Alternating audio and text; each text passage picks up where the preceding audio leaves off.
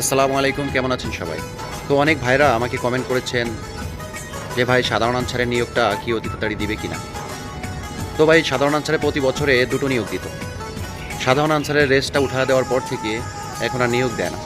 অতীতে রেস্টে যারা যেত আবার ওখানে নতুন করে কিছু লোক এসে আবার জয়েন নিত, কিন্তু এখন রেস্ট আর নাই। তারা তো পার্মানেন্টলিভাবেই থেকে গেছে। তো আগের মতো তো আর তারা কিছু চলে যাচ্ছে না বা তাদেরকে 6 মাসের জন্য রেস্টে পাঠানো হচ্ছে না, এই জন্য লোকের ঘাটতি নাই। তবে এখন সাধারণ আনসারে হয়তো স্থায়ীর মতো চাকরিটা হয়ে গেছে, কিন্তু সরকারি না, কারণ তারা পার্মানেন্টলি চাকরি করতেছে। এখন যদি কেউ চাকরিটা ছেড়ে দিয়ে চলে যায়, তাহলে ওখানে একটা লোকের নিয়োগ হবে বা একটা লোকের ভ্যাকান্সি খালি হবে, তা না হলে না। এজন্য অতীতের মতো বছরে দুটো তিনটে নিয়োগ হয়তো দিবে না, তবে হয়তো 1 বছর 2 বছর পরে একটা নিয়োগ দিবে, যতগুলো ভ্যাকান্সি খালি হবে। তো এখন যদি আপনারা কেউ বসে থাকেন যে সাধারণ আনসারে আগের মতো বছরে দুটো তিনটে নিয়োগ দিবে, তো এটা হয়তো আপনারা ভুল ভাববেন। যদি বয়স থাকে তো অন্য কিছুতে চেষ্টা করতে থাকেন, পাশাপাশি কিছু করতে থাকেন। ধন্যবাদ সবাইকে।